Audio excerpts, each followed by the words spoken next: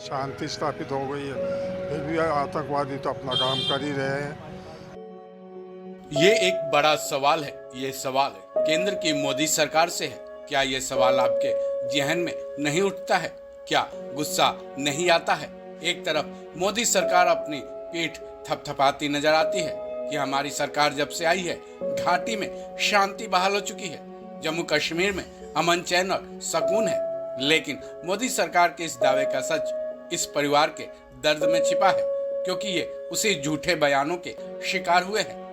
जब शांति बहाल है तो दहशतगर्दों की गोलियों के शिकार होकर इस माँ बाप के बेटे और बहू अस्पताल में जिंदगी पाने की जंग क्यों लड़ रहे हैं? अनंतनाग में शनिवार को जो हमला हुआ उसमें इसी परिवार का बेटा तबरेज और बहू फराह को निशाना बनाया गया, जिसके बाद वो अस्पताल में भर्ती हैं और माता पिता और परिवार के सदस्यों की जान हलक में अटकी हुई है। चलिए सुनते हैं उन्हीं से उनके मन की फिलहाल क्या हालत है। घटना हो गई ना उनके साथ।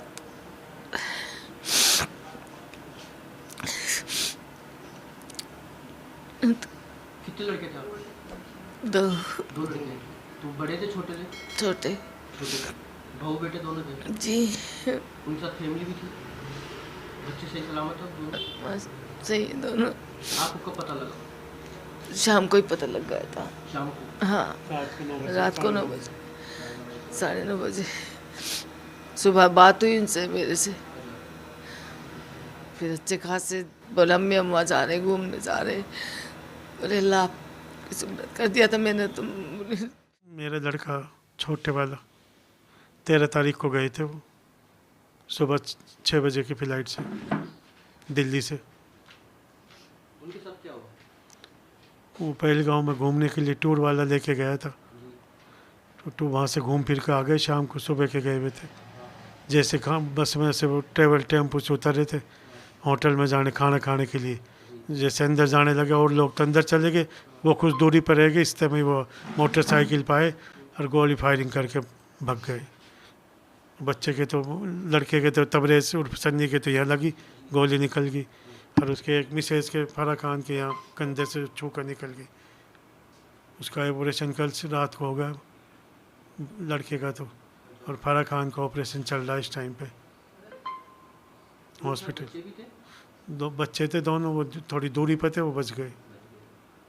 एक लड़का एक लड़की दोनों थे, 5 साढ़े 5 साल के। आपका नाम क्या? असलम खान। मैं तो भारत सरकार से एक ही रिक्वेस्ट करूँगा कि उनको कश्मीर से दिल्ली एम्स में शिफ्ट करा जाए और वे उनका बढ़िया से बढ़िया इलाज कराया जाए और आतंकवादी को पकड़ा जाए, या जैसा भी चाहे वो करे उनके साथ। हमारी तो एक ही रिक्वेस्ट है। वो इलाज किसका चल रहा है? इलाज किसका चल रहा है? बहू का या बेटे का? दोनों का चल रहा। एक का ऑपरेशन हो गया 3 बजे रात को, और दूसरी बहू का ऑपरेशन अभी चल रहा कंधे का। दोनों हॉस्पिटल में भर्ती, छोटे छोटे बच्चे हैं। कौन से हॉस्पिटल में भर्ती है अभी वो military camp army military camp. सरकार से आप सरकार से क्या चाहते हैं? हम तो यही चाहते हैं दिल्ली एम्स में या उससे भी बढ़िया वेदांता जो भी कुछ हो हॉस्पिटल बढ़िया से बढ़िया इलाज करा दिया जाए। भारत सरकार से यही रिक्वेस्ट। तो अब आप वहाँ जाना चाहते मगर कोई साधन नहीं, टिकट ही नहीं मिल रहा। हवाई जहाज़ के लिए कोशिश कर रहे हैं, बच्चा दामाद है बेटे बेटे कोशिश कर रहे हैं, कहीं से भी टिकट नहीं मिल पा रहा। कल सुबह 4 बजे का 6 बजे का टिकट मिल रहा, अब दिल्ली से मिल रहा। ऐसी घटनाएं अब भी हो रही हैं, जबकि अखबारों में तो आता है कि वहाँ शांति स्थापित हो गई है, फिर भी आतंकवादी तो अपना काम कर ही रहे हैं।